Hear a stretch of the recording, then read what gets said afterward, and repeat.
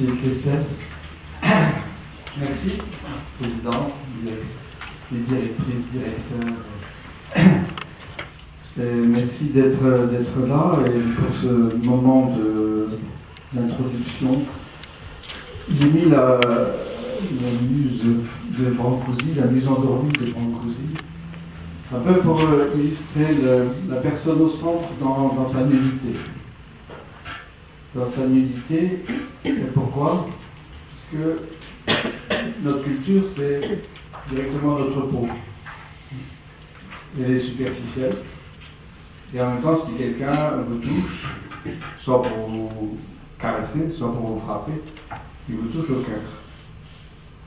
Comment est-il possible que ce qui est aussi superficiel soit aussi profond? C'est bien ça notre problème. Comment est-ce possible que si c'est à la fois aussi superficiel et aussi profond, ça se met effectivement beaucoup moins dans les casiers administratifs? Et pourtant, on a bien besoin de définir des politiques précises, avec des organigrammes concrets. Le propos est d'indiquer que, d'une façon générale, on est dans un lieu de mémoire, donc je prends notre mémoire politique, les droits d'homme sont une grammaire de la démocratie, une grammaire de politique. Ça veut dire que ce n'est pas simplement des principes comme ça, généraux, idéaux, mais que c'est une façon d'écrire les liens sociaux. C'est une façon d'écrire ce qui fait le lien entre nous, notamment entre quelqu'un de pauvre, porteur de droits, et quelqu'un qui est un peu plus riche et qui est donc porteur d'obligations, et d'y mettre un lien de droit. Un lien de droit, c'est-à-dire le plus court chemin entre un homme pauvre et un homme riche, si on peut dire ça comme ça. Donc, si les droits de l'homme sont une grammaire de la démocratie, ça veut dire qu'effectivement les sujets au centre, avec les verbes, leurs actions. Ici donc les personnes avec leurs actions, plus précisément leurs interactions, qui constituent ce tissage social. Et qui fait que, au niveau des droits humains, exerçant cette citoyenneté, ce n'est pas l'État qui est au centre du politique, c'est donc les citoyens en communauté qui constituent l'État. Et les sujets, à ce moment-là, sont eux-mêmes des nœuds dans le tissu social. Et pas simplement des individus comme ça, les uns à côté des autres, mais sont effectivement des nœuds, et sont en même temps des tisserands. Et notre propos ici, c'est de montrer combien est inséparable le fil du culturel et du social, du politique et du territoire. Du culturel, du politique, du social et du territoire, dans tous les sens, peu importe. Le culturel étant ici le lien de savoir, le lien qui permet la circulation du sens. Voilà, donc j'espère que vous l'avez entendu. Je travaille à l'Université de Fribourg, je coordonne l'Institut interdisciplinaire d'éthique et des droits de l'homme, qui est aussi cher à l'UNESCO. Et on a créé en 2004 un observatoire de la diversité du droit culturel, qui est un programme de notre institut. Et dont le but précisément, c'est de dire pourquoi les droits culturels sont touchés. Pourquoi ils sont négligés. Pourquoi on les considère comme étant un besoin qui vient après. Une fois qu'on a un toit, une fois qu'on a un logement, une fois qu'on a à manger, alors on peut aller au cinéma ou à l'opéra. Et donc dans ce sens-là, on a un aveuglement sur le caractère tout à fait fondamental du culturel, et plus précisément du lien entre le culturel et dignité humaine. Ça va pour le son? Tout est question de juste distance, de toute façon. Voilà, donc dans ce programme Paideia, qui nous permet, je vais dire un mot tout à l'heure sur cette notion, de comprendre pourquoi on peut s'enseigner mutuellement.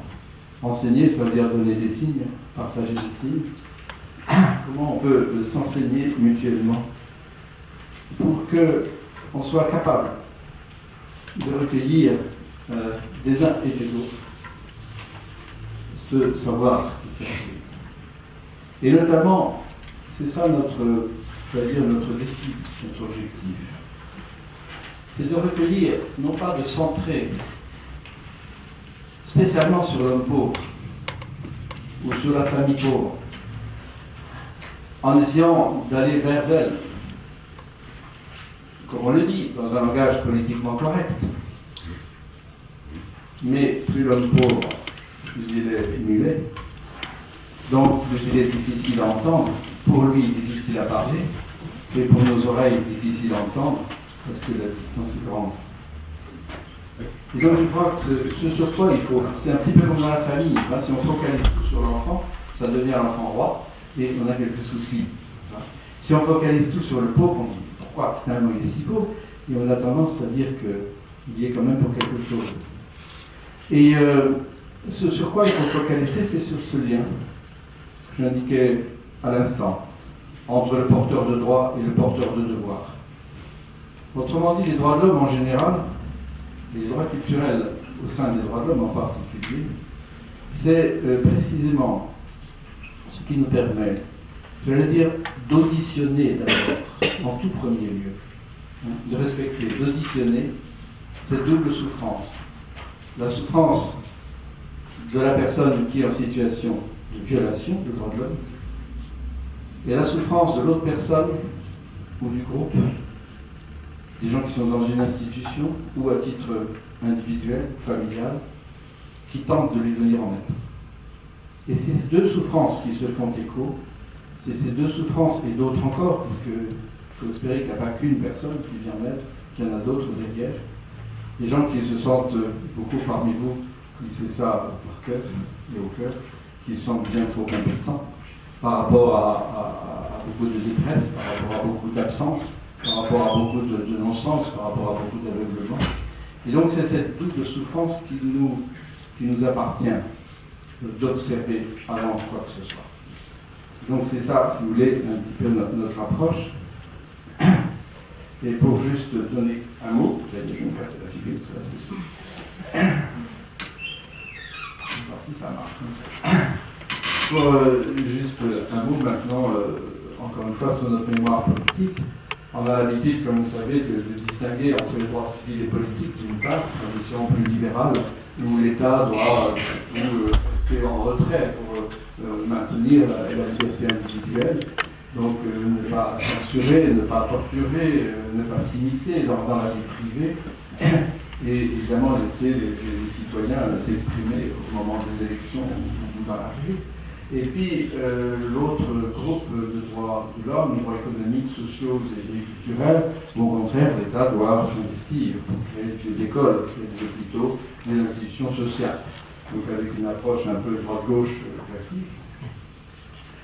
Et qui évidemment est complètement dépassée au niveau des droits de l'homme. Je ne dis pas que l'approche droite-gauche est dépassée, mais au niveau des droits de l'homme elle est dépassée. Et au niveau des Nations Unies, du droit international des droits de l'homme, on va insister sur l'indivisibilité de tous ces droits, c'est-à-dire qu'ils sont tous l'égalité de tous ces droits, ils sont tous aussi importants les uns que les autres, et ils sont interdépendants.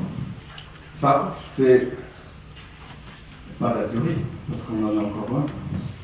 Il n'y a rien de pratique qu'une bonne théorie, mais c'est encore un peu du blabla, de la langue diplomatique, parce qu'en réalité, il n'y a pas beaucoup de gens qui croient en cette unité. Et notamment les droits culturels qui ont été très largement oubliés dans cette histoire. Pour la première raison que je vous ai dit tout à l'heure, on pensait que c'était moins important. Et la deuxième raison, on avait compris que c'était dangereux. Et donc dans un pays, notamment un pays centraliste comme la France, où il n'y a qu'une culture nationale, il n'y a qu'une langue, il n'y a qu'un territoire, il n'y a qu'une communauté culturelle, on ne prend pas ce mot en général. Et donc, à ce moment-là, le culturel, c'est la culture nationale. Voilà.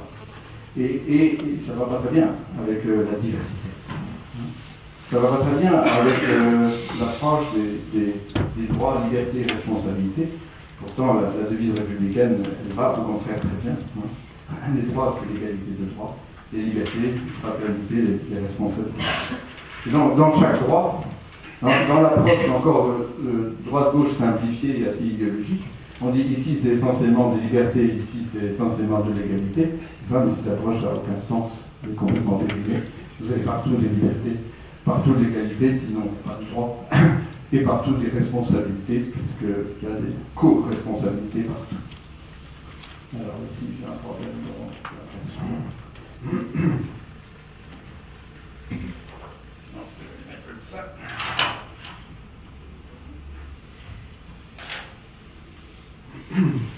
Alors d'où une approche qui est un petit peu plus globale aujourd'hui, mais sur laquelle j'insiste pas, mais c'est pour vous montrer simplement que chaque droit est comme ça un élément de sécurité humaine.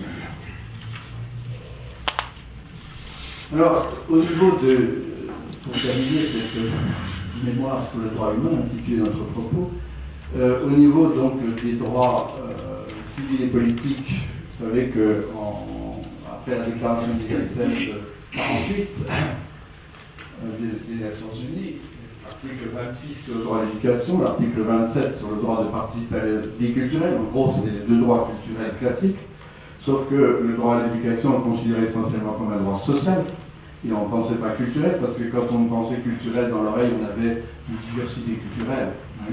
Donc oui, pour les minorités, il y a un problème, mais pas pour la majorité. Et si la majorité est pauvre, on ne pensait pas que c'était du culturel, on pensait que c'était du social. Aujourd'hui, on va principalement prendre ces deux droits. Et comme après 1948, c'était la guerre froide, et donc on ne pouvait pas réconcilier une approche dite libérale et une approche dite sociale, donc on a fait les deux pactes en 1966. Le pacte international sur le droit économique, social et culturel, articles 13 et 14 sur l'éducation, et toujours le pacte international sur le droit économique, social et culturel, le droit participer à la vie culturelle, et l'autre pacte c'était les droits civils et politiques, en espérant que les États allaient ratifier les deux pactes petit à petit, ce qui se fait progressivement, ce qui ne veut pas dire qu'ils sont respectés. Et puis, alors, le grand changement, c'est 2001, changement de paradigme politique. 8 jours avant le 11 septembre, c'est l'adoption donc, de la Déclaration universelle de l'UNESCO sur la diversité culturelle, et en 2005, la Convention. Changement de paradigme, date symbolique, évidemment, ça ne peut pas faire d'un jour, c'est un virage, et il est loin d'être terminé. Mais si vous voulez, en gros, avant, on considérait la diversité culturelle comme un obstacle, un frein au progrès, un frein à la démocratie, un danger relativiste pour les droits de l'homme, un frein à la science, un frein à l'économie de marché. À partir de cet acte solennel, la diversité culturelle, c'est patrimoine commun de l'humanité. Autrement dit, c'est une ressource fondamentale, un vivier, richesse. Donc une ressource pour la démocratie. Et on va aller chercher des cultures démocratiques variées. Aujourd'hui, la question en particulier est dans les pays du Maghreb, où on doit trouver des cultures démocratiques originales, et pas celles qu'on a voulu décalquer plus ou moins. Et on a ça un peu dans la question dans tous les pays du monde, y compris dans nos pays, parce que nos cultures démocratiques aujourd'hui sont faibles par rapport à ce qu'elles pourraient être. Et donc on doit inventer des démocraties beaucoup plus participatives. La diversité culturelle est une ressource pour les droits de l'homme, puisque là aussi, on a quelques soucis. On parle de l'universalité des droits de l'homme, mais qu'en savons-nous ? Certains disent encore que c'est une tradition occidentale, ce qui est complètement ridicule, puisque qu'est-ce que c'est que l'Occident ? Pour moi, ça n'existe pas. Vous avez un Occident par rapport à un Orient, mais vous n'avez pas un Occident tout court. Vous avez les Pyrénées occidentales par rapport aux Pyrénées orientales.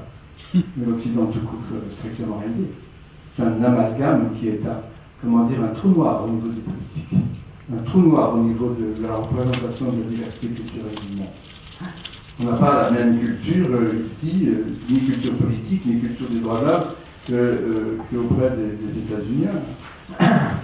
qu'aux USA. Enfin, c'est pas du tout la même culture. On n'est pas du tout dans le même monde. Et au niveau des cultures politiques, entre Suisse et France, on est diamétralement opposés. Et alors, je prends en culture politique, mais au niveau des droits de l'homme, on a des conceptions aussi extrêmement variées. Et les États, y compris les Nations Unies, s'opposent. Ils font des alliances, mais c'est autre chose. Mais dans la réalité, et à l'intérieur de chacun de nos pays, nous avons une très grande diversité.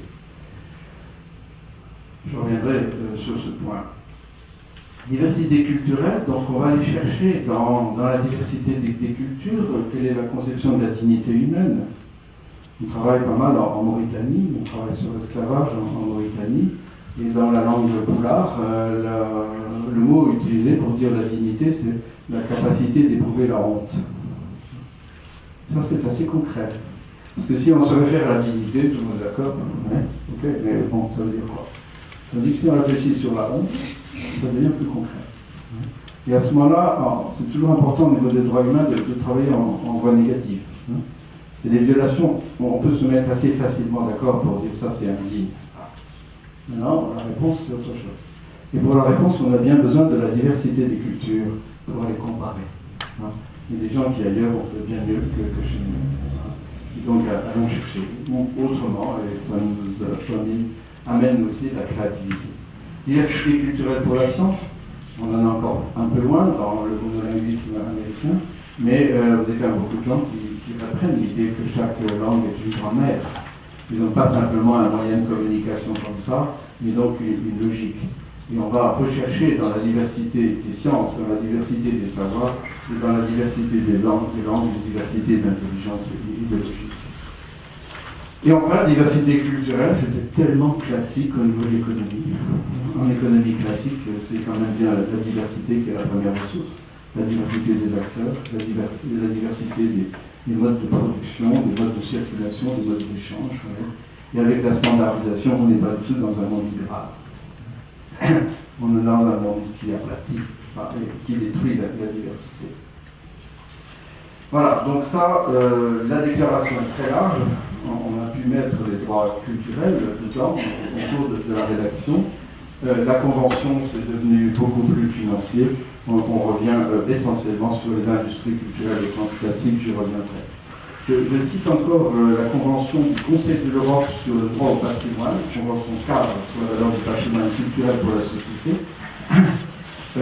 qui est originale. Pourquoi? Parce qu'on a beaucoup de conventions sur le patrimoine bâti, sur le patrimoine paysager, etc., etc. La convention de l'UNESCO de 2003 sur le patrimoine immatériel. Je ne dis pas un mot tout de suite parce que ça va m'énerver. Je ne pense pas qu'un patrimoine puisse être immatériel, je pense que c'est complètement idiot. Mais c'est un mauvais mot pour définir autre chose, on y viendra. Toute culture passe par les choses, passe par le corps. Et au Conseil de l'Europe, on a été plus malin parce qu'on a fait une convention cadre où on va valoriser effectivement le patrimoine multidimensionnel et précisément le droit de chacun de participer à la convention. Alors en 2007, dans le groupe de travail, on a fait la déclaration de Fribourg, que vous avez dans vos dossiers, que vous trouvez en ligne dans beaucoup de langues, avec pas mal de documents d'interprétation. Et puis en 2009, au niveau des Nations Unies, on a aussi, avec notre observatoire, une coalition d'ONG, une plateforme d'ONG qui travaille auprès du Haut-Commissariat aux droits de l'homme, du Conseil des droits de l'homme à Genève. Et on a pu travailler avec le comité qui s'occupe des droits économiques, sociaux et culturels, donc qui surveille le pacte, si vous voulez, qui reçoit les rapports des États, discute avec les États et fait des recommandations, et pour faire une observation générale, numéro 21, sur le droit de participer à l'agriculture. Parce que ce truc-là était complètement oublié. Le droit de participer à l'agriculture, c'était petit, qu'est-ce qu'on met là-dedans? Et donc il faut petit à petit qu'on développe l'interprétation. On peut trouver sur le site des Nations Unies cette observation générale qui a repris une bonne partie des thèses de notre groupe de travail. Et en 2009, aussi une négociation pendant 6 ans, lancée par Cuba, qui proposait la nomination d'un rapporteur spécial pour le respect des identités et de la diversité culturelle. Donc c'était assez ambigu, il y avait beaucoup de pays la dernière, le groupe occidental était absolument contre, et nos amis des ONG ont pu faire la négociation entre ces groupes pour rendre la résolution beaucoup plus précise, beaucoup plus correcte, c'est-à-dire véritablement un mandat sur les droits culturels, et ça a été adopté en 2009, et une experte indépendante, une pakistanaise, a été nommée, qui fait un travail excellent. C'est la première fois que les Nations Unies, donc les droits culturels apparaissent comme ça, avec leur force et comme un secteur tout à fait essentiel. Voilà, donc ça c'était pour un peu la mémoire politique, pour situer la dynamique du droit, et pour montrer aussi que c'est complètement en construction. C'est tout frais, 48 c'était hier, et c'est le lendemain de la guerre, et on est toujours dans le lendemain de la guerre pour nous et entre deux guerres pour les autres, et c'est aussi dans ces conflits que le droit se forme, je veux dire malheureusement, parce qu'il n'y a pas de progrès humain, y compris il n'y a pas de progrès de la raison, qui malheureusement nous se fasse pas loin d'un précipice. C'est un peu ça. On n'est pas loin. Alors,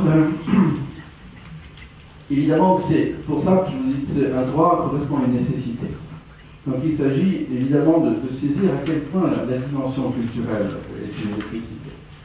Alors j'aime beaucoup cette citation de Daniel Senna, écrivaine française, dans Le Don des Morts, un ouvrage qu'elle a consacré à la littérature, des écrivains qui font le piano de leur écriture. Ce qui sépare un homme cultivé d'un homme qui ne l'est pas, ce n'est pas seulement la possession d'un bien. C'est un chemin qui n'a pas été parcouru, un travail qui n'a pas été fait. Mieux, c'est un lien qui n'a pas été noué avec le monde. Car la culture n'est pas seulement un trésor de connaissances et de sens. La culture est ouverture au monde, arrachement et construction de soi. Si donc la privation de culture sépare les hommes entre eux, si elle creuse entre eux un fossé, elle fait pire encore. Elle les sépare et d'eux-mêmes et du monde. Donc c'est à ce niveau-là que nous avons à nous situer. C'est un niveau difficile, parce que c'est plus concret de voir que quelqu'un manque d'un logement, de voir qu'il manque de culture. Et en plus, si je dis qu'il manque de culture, qu'est-ce que je dis? Est-ce qu'on ne va pas me taxer d'ethnocentrique, d'avoir une approche un peu pédante, élitiste? Moi j'ai la culture, l'homme pauvre n'a pas de culture. Évidemment, c'est pas ça qu'on va dire. L'homme pauvre n'est pas quelqu'un à qui il manque quelque chose. L'homme pauvre est quelqu'un dont les droits sont violés. Donc, dont les capacités sont là, mais elles sont pressurisées, elles sont humiliées, elles sont, j'allais dire, renfrognées, c'est ça comme ça, mais oui, ça veut dire, elles sont, en tout cas, niées. La notion de paideia, telle qu'on essaie de l'apprendre ici, je la mets évidemment en lien avec les correspondances de Baudelaire. Pourquoi? Parce que, est-ce que c'est pas ça, notre richesse culturelle? C'est d'avoir, être capable de vivre les correspondances, toutes les correspondances. La nature comme temple, la nature qui parle. Quand on dit la nature, ça peut être effectivement les vivants piliers de la forêt, mais nous aussi, nous sommes des vivants piliers, nous aussi, nous sommes nature. Pas comme les yogourts, mais au sens de puissance, de dynamisme. Et nous tous, nous sommes symboles. Symbole au sens grec, vous savez, symboléo, c'est le verbe qui signifie le mouvement des lèvres ou le mouvement des paupières. C'est-à-dire que quand nous parlons, c'est le corps qui parle. Il y a un lien entre la parole et le corps. Et quand nous sommes frappés par la forêt ou par une architecture surprenante ou par le visage de quelqu'un, eh bien, nous saisissons du familier alors qu'il est étonnant, alors qu'il nous surprend. Pourquoi c'est familier? Il y a quelque part une reconnaissance et donc une redécouverte, quelque chose qu'on ressentait. J'espère qu'aujourd'hui pouvoir correspondre avec ce que vous savez, n'est-ce pas? comme de longs échos qui de loin se confondent dans une ténébreuse et profonde unité, vaste comme la nuit et comme la clarté. On est toujours en clair-obscur et on est pas simplement dans... le clair-obscur, c'est pas du gris, c'est à la fois clair et obscur. Voilà. Et tout ce qui est culture est dans ce sens-là, comme tout ce qui est tendresse, et dans le clair-obscur. Vaste comme la nuit, comme la clarté, les couleurs, les parfums et les sons se répondent. C'est ainsi qu'on va, c'est un peu le fil rouge pour travailler sur pauvreté et richesse culturelle. Pourquoi est-ce qu'on ne parle pas assez de pauvreté culturelle? Je pense parce que c'est la pauvreté qui fait le plus mal, qui est la plus difficile à voir. Pas seulement difficile à voir parce que l'analphabète se tait et la honte, certes, que la personne qui a été violée dans tous les sens du terme est humiliée et se sent salie et elle-même coupable, certes, parce que comme disait Camus, il y a un lien entre le bourreau et sa victime, une communauté de mal, d'avoir fait la haine, certes, mais aussi parce que ça fait trop mal à nous à voir. C'est un peu comme la dépression. Si vous avez quelqu'un qui est très dépressif, vous ne pouvez pas vous en occuper tout seul, parce que vous plongez avec. Donc il faut autour faire un filet de sécurité, et puis, je ne dis pas se refiler la patate chaude, mais c'est un peu ça quand même, avec des compétences diverses, etc. Donc le pauvre est amputé du moyen d'accéder aux ressources culturelles. Vous voyez, je définis ici pas le domaine culturel.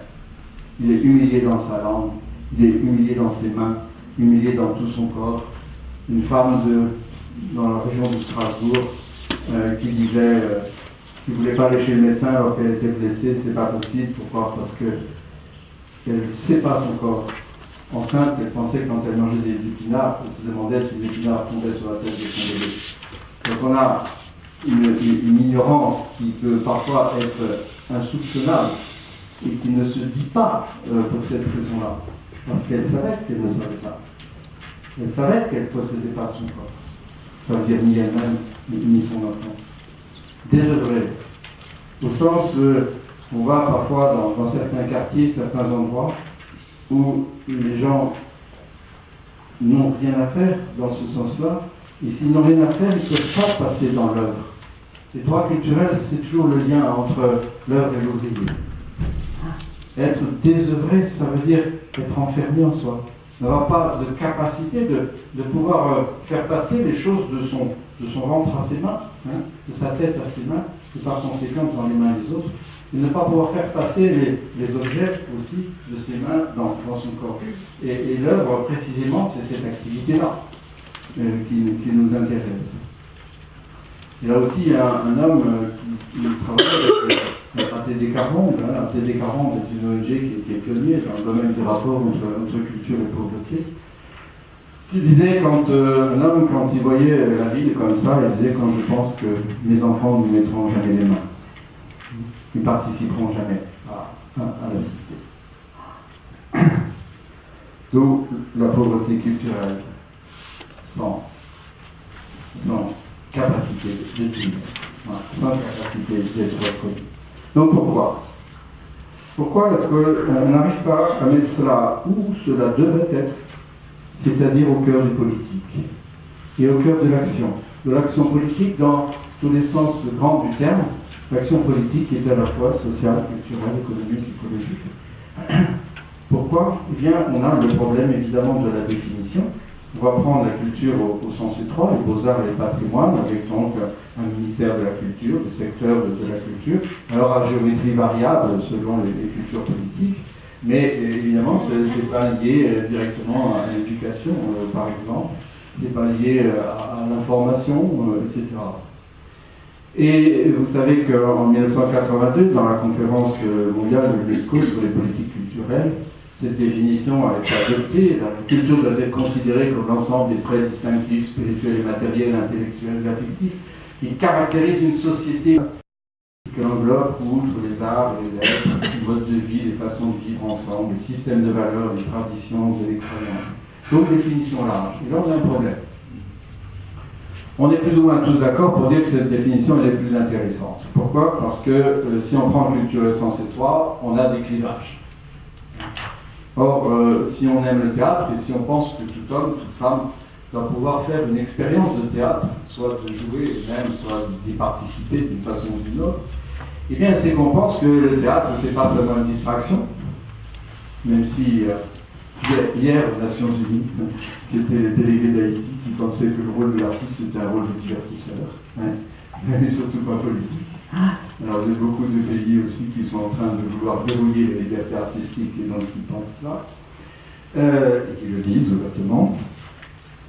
La culture est sans limite. Et nous pensons, nous, au contraire, que si on va au théâtre, c'est pour apprendre à vivre. C'est pour apprendre comment on joue avec sa personnalité. C'est pour comprendre ce que fait cet acteur qui est là, ou ce groupe d'acteurs, qui est en train de faire quoi? Il prend un texte, un tas d'encre sèche sur le papier, il l'interprète avec toute sa mémoire physique, ses sens. Voilà. Il lui donne une vie. Il prête, il lui donne une vie.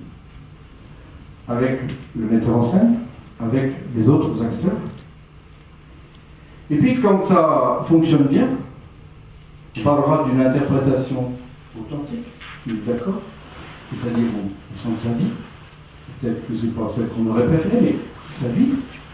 Et donc, en tant que public, assis là, on est touché, et éventuellement touché en profondeur, et on est content, parce que si on est venu au théâtre, c'est pour ça, on sait que la vie est courte, et que si on veut voir Antigone, ça doit nous apprendre quelque chose.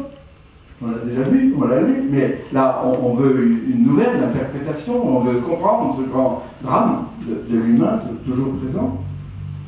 Et si ça marche, qu'est-ce qui se passe? Eh bien, vous avez cet acteur qui est allé puiser au fond de lui-même, et au fond de toutes ses ressources culturelles, et dans les ressources de sa mémoire, il est allé puiser une sorte de flot, de flux, de rivière, et qui passe.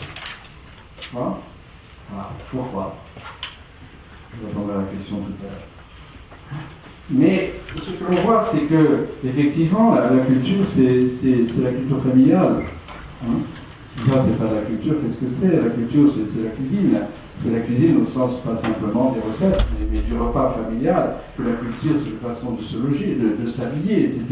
Et qu'il faut à tout prix faire un lien entre ce que d'aucuns appellent la culture savante et la culture de la vie quotidienne, définition que je récuse. Pourquoi? Parce qu'il nous convient que la culture de la vie quotidienne soit savante, elle aussi. Mais on comprend un peu la culture académique, on pourrait dire, culture institutionnelle et culture vécue. Mais ces termes ne sont pas très bons. Pourquoi? Parce qu'il ne s'agit pas de faire des clivages. Au contraire, on voit bien que ce qui compte, c'est une continuité. Il faut que nos villes soient enrichies par nos théâtres, que nos places et nos rues soient enrichies par les institutions les plus officielles, comme par l'activité du marché, comme, etc. Que nos gares ne soient pas simplement des lieux où on prend le train, mais que ce soit des lieux de rencontre. Et on sent bien que c'est là-dedans qu'il y a la richesse culturelle. Mais là, on a un problème.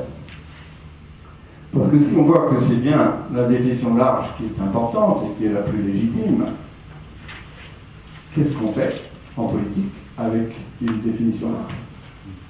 Et donc, au niveau des Nations Unies, au niveau politique en général, dans la politique des États, eh bien, oui, d'accord, la culture c'est tout ça, et puis une fois que vous revenez à un organigramme, vous avez le secteur culturel.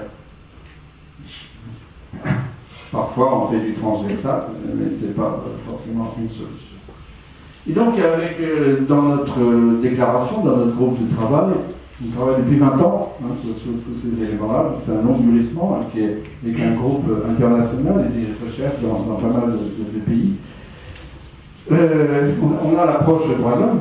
Et donc, je vous disais tout à l'heure, le droit de l'homme, c'est une grammaire du politique, c'est concret. Pourquoi? Parce que le droit, c'est à la fois la personne au centre, mais c'est ce tissage. Et donc, c'est aussi la complexité au centre. D'où cette définition, on prend la définition large, le terme culture recouvre les valeurs, les croyances, les convictions, les langues, les savoirs, les arts, les traditions, les institutions, les modes de vie, etc., par lesquels une personne ou un groupe exprime son humanité et les significations qu'il donne à son existence et à son développement.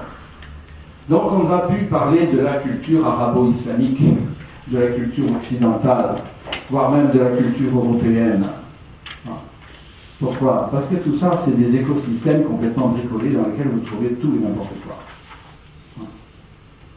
Amartya Sen avait bien raison dans son livre Identité et violence, Amartya Sen, économiste indien, en disant « l'UNESCO est tombé dans le piège tendu par Samuel Huntington et ses amis.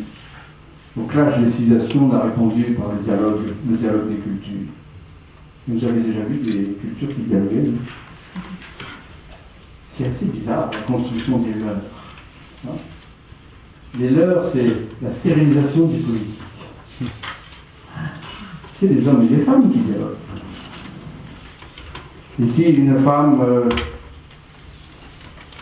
vous avez ça en Espagne, un exemple, une femme dans un colloque, une femme voilée, une marocaine, qui s'exprime, et puis la responsable, bonne catholique, vous, musulmane portant le voile, et elle dit, mais si je porte le voile, c'est parce que dans mon village au Maroc, c'est la tradition. C'est pas parce que je suis musulmane.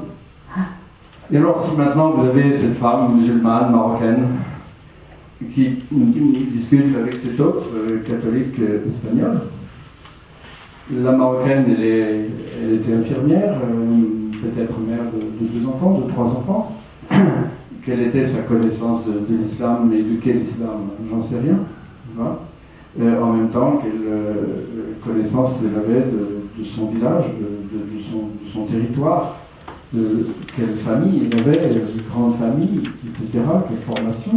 Et la même chose pour la prof de droit espagnol qui avait aussi pas d'enfant, c'est la elle aurait pu, ou une autre qui pouvait être infirmière, avoir elle aussi 3 enfants, etc., avoir une connaissance de la foi chrétienne, catholique, plutôt comme ci, plutôt comme ça, plus ou moins développée, etc., et avec aussi une connaissance de sa campagne ou de sa ville et de son territoire, de ses amis, de sa famille extrêmement variée. Et c'est des personnes comme ça qui discutent. Voilà. Vous n'avez pas un dialogue islamo-chrétien dans ce sens-là, sauf si, effectivement, vous avez des théologiens qui s'affirment comme tels, à savoir si c'est des chiites, si c'est des sunnites, et dans quel cas, quelle est leur obédience. C'est la même chose si c'est des catholiques, des protestants, des orthodoxes, et de toute façon, quel type de catholiques, de protestants, d'orthodoxes, quelle formation. Et à ce moment-là, on peut rentrer, mais encore une fois, ce sera le dialogue de personnes. Qui vont se référer à des ressources culturelles qu'ils vont mentionner, qu'ils vont identifier, et à quel niveau ils les sollicitent, n'est-ce pas ? Mais c'est le dialogue des personnes, revenons sur Terre. Et donc à ce moment-là, évidemment c'est différent, parce que vous n'avez plus une structure institutionnelle qui va distribuer de la culture, mais vous avez un État républicain, c'est-à-dire une communauté de citoyens, qui va essayer de voir où la culture vient, où elle se travaille, où elle s'échange.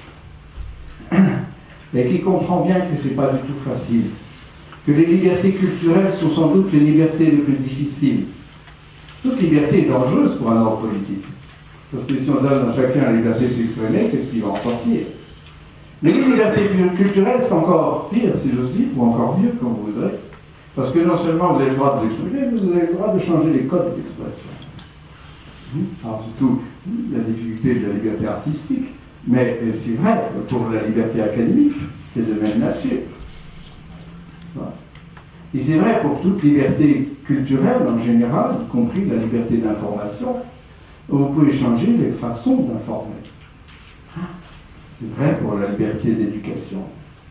On sait très bien que nos systèmes d'éducation sont toujours imparfaits et qu'on doit avoir une créativité pour trouver d'autres modes. D'où une définition un peu générale d'un droit culturel comme un droit à la liberté de vivre son processus d'identification tout au long de sa vie. Donc pas simplement mon identité, mais un processus d'identification que je vais décrire maintenant. Ce qui implique la liberté et la responsabilité d'accéder aux ressources culturelles. nécessaires au déploiement et à la cohérence de ses choix et responsabilités. Alors, dans un premier temps, je vais définir l'identité comme non pas comme un refuge. On a tendance à dire chacun son identité, donc c'est les ghettos, etc. Mais au contraire comme le lieu d'hospitalité.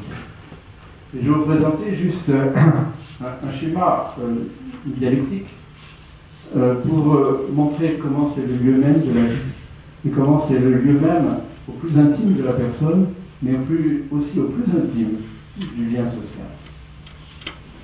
Quand on a défini les droits culturels, souvent vous avez entendu, on a parlé des droits à la différence. Les minorités, droits à la différence.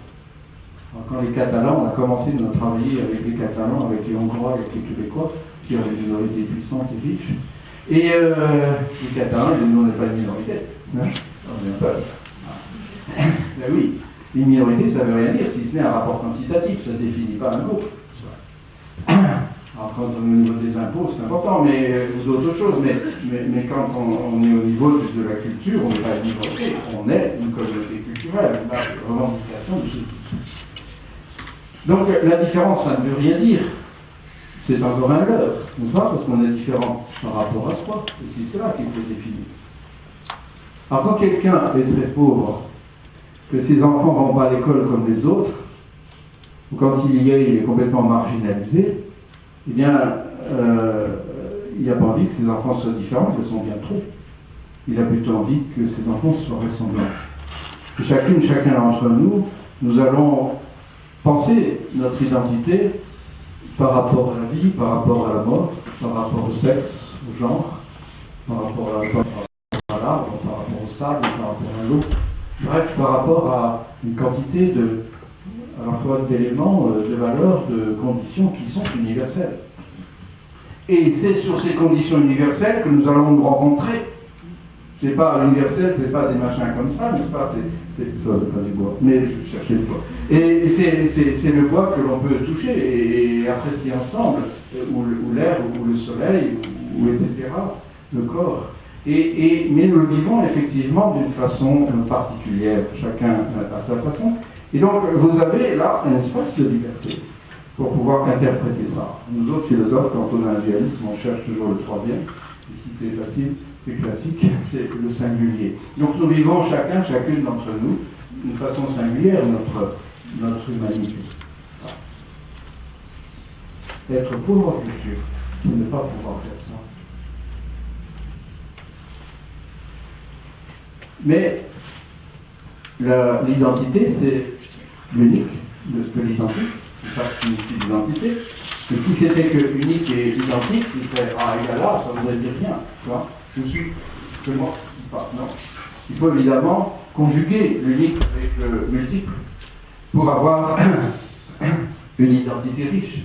Et donc on est capable à ce moment-là, on est les enfants de deuxième génération d'immigrants, comme on dit, et qui doivent combiner un milieu culturel d'origine, un milieu culturel de vie présente, qui peuvent avoir du côté de leurs parents aussi une diversité de milieux. Et donc, dans la même famille, vous aurez un enfant qui va dire « moi je deviens un petit bordelais parfait voilà. », et qui s'assimile, qui essaie de s'assimiler en disant « je veux surtout être comme les autres ». Et puis vous aurez son frère ou sa sœur qui au contraire dit « moi je veux rester le plus marocain possible, par exemple, et garder apprendre l'arabe, apprendre les biens, aller régulièrement dans le pays, voir cette famille-là, etc. Sans renier évidemment la culture d'accueil, mais trouver un autre mixage. Ouais. Et donc là encore, liberté. Mais vous avez compris, on est libre ici, mais on n'est pas libre de nier l'un des pôles. C'est important. Donc ça fait partie de notre condition humaine comme universelle et particulière. Mais la liberté va être fondée ici, en réalité. Alors on peut faire une troisième dialectique entre personne et autre. Je ne peux pas simplement dire qui je suis dans un miroir, n'est-ce pas? J'ai besoin de rencontrer les autres. Et si vous avez beaucoup aimé un livre, pas qu'il vous a bouleversé, Qu'est-ce que vous faites? Avec qui? Avec ce qu'on aime. Ouais. Et plus précisément, si vous avez quelqu'un que vous aimez plus, vous allez lui dire, tu vas me lire ce livre dans les 3 jours. Sinon, je ne sais plus quoi parler avec toi. Parce que ça m'a tellement bouleversé que je veux absolument en parler. Et pourquoi vous voulez absolument en parler? Parce que ce psychisme a besoin de communication. Ce psychisme a besoin de relief. Le psychisme a besoin de répondance pour avoir des correspondances. Autrement dit, vous allez parler avec votre ami de ce livre. Et donc vous allez écouter comment, vous allez dire comment vous l'avez vécu, comment vous l'avez lu, vous allez écouter sa réaction, vous êtes tout à fait patient de savoir comment l'autre a réagi. De ce fait, vous avez une triangulation de la connaissance, parce que vous connaissez mieux le livre, après en avoir parlé, parce que l'autre aura aimé autre chose que vous. Vous connaissez mieux votre ami, parce que c'est ça qui nous intéresse, son regard sur le livre, et du coup, vous connaissez mieux vous-même aussi votre spécificité par rapport au livre. N'est-ce pas? Donc toute connaissance comme ça est triangulaire. Vous imaginez les gens qui n'ont jamais été bouleversés par un livre, les gens qui n'ont été jamais bouleversés par une maison, les gens qui n'ont jamais été bouleversés par un paysage, ça existe. Si c'est pas ça, la pauvreté culturelle. Et donc ici, qu'est-ce qu'on va mettre comme troisième terme? Je propose le propre, parce que je dis mon ami. Je dis mon enfant, mon papa, ma communauté, mon groupe, mon entreprise. On peut s'identifier l'entreprise quand elle est dynamique, puissante, riche. Mon association, mon institution. Alors, chacun c'est nous, mais le possessif, il est plus ou moins. Vous voyez, mais ce qu'on veut dire par le possessif ici, ça ne veut pas dire que mon fils, j'en fais ce que je veux, n'est-ce pas? C'est plutôt le contraire. S'il m'appelle papa, quand il était petit, s'il m'appelle papa, c'était plutôt moi qui étais possédé. Et donc, c'est cette possession dans la réciprocité. Et le propre ici, je pourrais mettre réciproque. C'est-à-dire que ma culture, je disais tout à l'heure, s'exprime sur ma peau, mais ma culture ne s'arrête pas à ma peau. Elle se prolonge par le vêtement, elle se prolonge par la parole, elle se prolonge par tous les biens, ce qui est quand même formidable. Parce qu'on peut grandir. Et donc voilà une identité, et au niveau d'une communauté, on va se poser la même question, parce qu'un groupe humain, il va ne serait-ce que la famille. Vous avez une famille, vous dites tiens, il y a la famille qui vit une certaine identité, vous avez votre gamin qui va à l'école, là il rencontre d'autres types d'identités, on fait quoi? Il y a des copains qui sont pas très, vous les trouvez pas très recommandables, et est-ce que vous marquez plus la différence ou pas? Est-ce que parce que vous donnez le son de piano, il va être marginalisé dans son groupe? Enfin, toutes sortes de questions de ce type que va se poser aussi bien pour un groupe humain qui vit une communauté que pour chacun d'entre nous. Et puis la troisième et la quatrième, est plus facile à dire, puisque mon identité, c'est un passé. Je suis là, moi, avec un passé. Et les mots que j'emploie sont des mots pleins de mémoire, des personnes qui me les ont appris. J'ai les visages encore dans les yeux. Et aussi dans les yeux, j'ai les tableaux qui m'ont bouleversé, les paysages qui m'ont bouleversé, les photographies ou les films. Et tout ça, quand je parle maintenant, c'est quelque part, n'est-ce pas? Il y a des choses dont je me souviens présentement, d'autres pas. Mais mon passé, il est là, n'est-ce pas? Il est dans mes mains, il est dans mon ventre, il est dans mes mots. Et j'essaye maintenant, dans la pelote de mots que j'ai en moi, je la déroule pour faire le fil du discours. Parce que si vous dites tout à la fois, vous n'y comprendrez rien, moi non plus. Et donc, vous, qu'est-ce que vous faites? Vous reprenez ce fil et vous refaites votre propre pelote à vous, avec votre mémoire, le sens que vous donnez aux mots, la saveur que vous donnez aux mots et aux images qu'ils évoquent, et aux liens nouveaux que vous pouvez tisser ou retisser. Et donc, mon identité, c'est du passé au sens du passé qui est déjà là. C'est déjà là. Mais en même temps, c'est du futur, puisque si nous sommes déjà là, c'est bien que nous avons des projets. Et donc, mon identité, c'est du futur qui est déjà là. Je l'ai aussi en partie dans ma main, pas complètement, mais en partie. Et si nous sommes là, précisément, dans un présent, c'est que nous avons une amplitude de mémoire, une amplitude de projet, qui fait que, et est-ce que c'est pas ça la richesse culturelle? Nous avons un présent qui lui-même a une amplitude. Quand les gens sont très pauvres, ils ne peuvent pas penser d'avenir, parce qu'ils doivent survivre, donc leur temps est saccadé, et que la continuité du temps n'est pas possible à penser. Et d'ailleurs, très souvent, ils n'ont pas beaucoup de mémoire, leur mémoire a été humiliée. Quand je dis qu'ils n'ont pas beaucoup de mémoire, ça veut dire qu'ils sont faits d'esprit, mais ça veut dire que la mémoire est honteuse. Et que, encore à Tédé Carmon, quand ils vont dans un lieu, un bidonville, un taudis, et qu'ils voient des familles qui sont là depuis 2, 3 ou 4 générations, une des premières choses, c'est d'essayer de reconstituer la mémoire de la famille pour dire qui est tombé. Tu vois? Et si, parce qu'ils ont l'impression que finalement ils sont nuls. Il y avait un étudiant à Cotonou, au Bénin, qui dit ça. Nous, ça fait 60 ans qu'on nous aide, on est nuls, on est pourris, on est toujours aussi pauvres. Il en était complètement persuadé. Et donc, il y a cette honte de soi qui va demeurer. Et donc, si on dit, tiens, c'est ton grand-père, sa famille, il est arrivé tel ou tel problème, ils sont tombés là, ça veut dire que maintenant, il y a une possibilité de remonter. Et donc, notre présence, c'est à la fois cette amplitude du temps, mais c'est aussi le fait que nous faisons un effort en ce moment de concentration pour ramasser ce temps. Et donc, ce présent temporel, c'est aussi un présent que nous nous faisons mutuellement dans l'attention et qui fait que nous sommes physiquement présents. Et donc c'est bien ça, la richesse de l'identité, est-ce que c'est pas la richesse de notre capacité de présence? Et lorsque quelqu'un s'engage dans une promesse, quelle est sa capacité de présence? Il faut qu'il ait une sacrée confiance. On doit avoir une sacrée confiance pour pouvoir s'engager. Alors, il y a la 5e, rassurez-vous, il n'y en a pas 36. C'est la première. Avec le territoire. Le territoire et l'espace, dialectique un peu classique en géographie. L'espace, c'est l'aspect plutôt infini, c'est les pas. Et tandis que le territoire, c'est l'espace habité.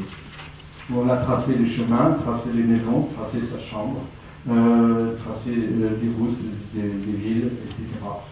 Et donc, vous avez ici une dialectique importante de l'identité aussi, qui fait que nous avons besoin de circuler, de nous ouvrir, une tradition nomade, mais que nous avons aussi besoin de nous situer, tradition sédentaire, de nous réfugier.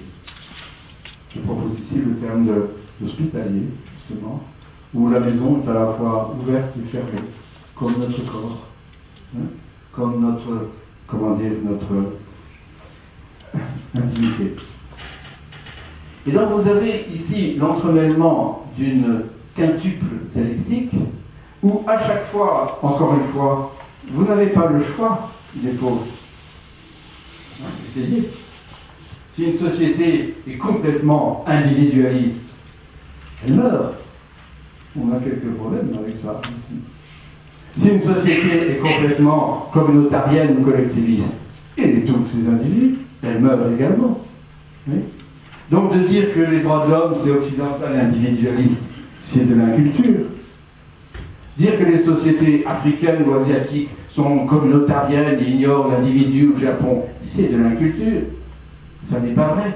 Allons chercher dans les milieux culturels concernés, allons chercher les proverbes, et vous trouverez cette dialectique.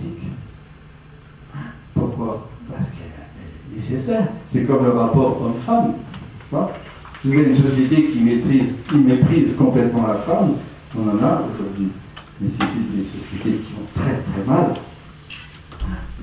Et donc on va chercher, mais qui peut dire quel est l'équilibre genre dans une société? Là, c'est un problème absolument fondamental, tout à fait intime et tout à fait politique en même temps, et donc on a bien besoin de comparer les éléments. Et donc à chaque fois, vous avez un espace de liberté. Et on voit ici l'identité comme ce nœud à l'intime du sujet, et qui est en même temps qui définit, si vous voulez, l'espace de notre conscience, je dirais aussi l'espace de notre confiance. Bergson disait la conscience, c'est quoi? C'est être double tout en exigeant d'être un. Hein? Et ça, on le voit. Vous voyez, par rapport à l'enfant, par exemple. Je lui permets pas. On est là, on est dans cet espace de jeu. Hein? Il va falloir décider. Des fois, ça va, mais en général, on n'est pas très sûr. Et après coup, on ne sait pas si on sera sûr, puisqu'on ne sait pas ce qui serait passé si on avait d'autres choix. Donc, on est dans le risque, et c'est bien ça. Alors, on y va un peu au jugé, pour voir effectivement ce qui fonctionne. Donc, cet espace blanc de la conscience, et qui est à la fois, vous avez vu, j'insiste beaucoup sur l'intime, mais en même temps, l'intime est ce qui est aussi intime au niveau social. Je parlais tout à l'heure de l'homme de théâtre. J'ai dit que j'allais répondre à la question que j'avais posée. Pourquoi ça marche? Des fois, pas toujours. Prenez le cas où ça, vraiment, ça marche. Vous avez des gens dans le public, une partie, qui sont tout à fait enthousiasmés. Et qui se rappelleront longtemps. Il y avait avant cette journée et après. Qu'est-ce qu'il avait, acteurs? Les acteurs, la troupe. Et aussi des gens qui sont venus pour se constituer en public. Un public, ce n'est pas des gens qui sont assis sur des chaises. Un public, c'est une action sociale. Il a pris un problème, une question, un drame, tragédie, comme vous voudrez, comme on dit, à valeur universelle. Mais il l'a singulièrement